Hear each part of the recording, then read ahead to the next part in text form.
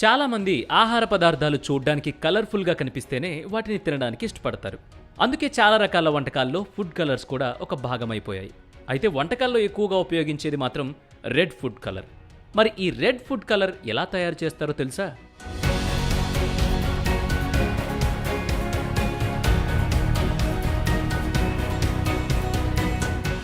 Food కలర్స్లో రెండు రకాలుంటాయి. ఒకటి పండ్లు, కూరగాయలు, పువ్వుల నుంచి సేకరించిన సారంతో సహజంగా తయారు చేసే ఫుడ్ కలర్స్. అంటే పాలకూర నుంచి గ్రీన్ కలర్, బీట్రూట్ నుంచి పింక్ కలర్ తయారు చేయడం.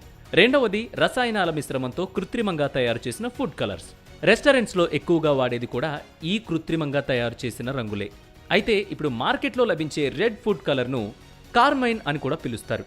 ఈ రెడ్ ఫుడ్ కలర్ను కొన్ని రకాల ఎడారి మొక్కలపై ఉండే ఎరుపు రంగు పురుగుల సారం నుంచి తయారు చేస్తారు. ఈ పురుగులను కొచినియల్ అని పిలుస్తారు. రెడ్ ఫుడ్ కలర్ తయారు చేయడం కోసం ముందుగా లక్షల సంఖ్యలో కొచినియల్ పురుగులను సేకరిస్తారు. ఉదాహరణకు ఒక అరకిలో రెడ్ ఫుడ్ కలర్ను తయారు చేయడానికి దాదాపు 70,000 పురుగులు అవసరం అవుతాయి.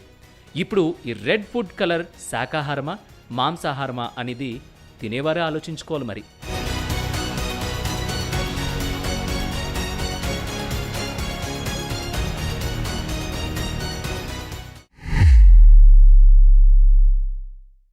ఫుడ్ అండ్ డ్రగ్ అడ్మినిస్ట్రేషన్ మార్గదర్శకాల ప్రకారం రెడ్ ఫుడ్ కలర్ కొంతవరకు సురక్షితమే.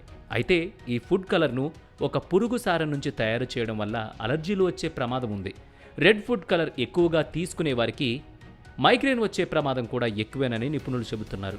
అందుకే అంటారు వీలైనంత వరకు ఫుడ్ కలర్స్కు దూరంగా ఉండాలి అని. అంతగా కలర్ కావాలి అనుకుంటే వీలైనంత వరకు ఇంట్లోనే పండ్లు, కూరగాయలతో కలర్స్ తయారు చేసుకోవచ్చు. సో ఇలాంటి రంగురంగుల ఫుడ్స్కి దూరంగా ఉండి ఆరోగ్యంగా ఉండండి.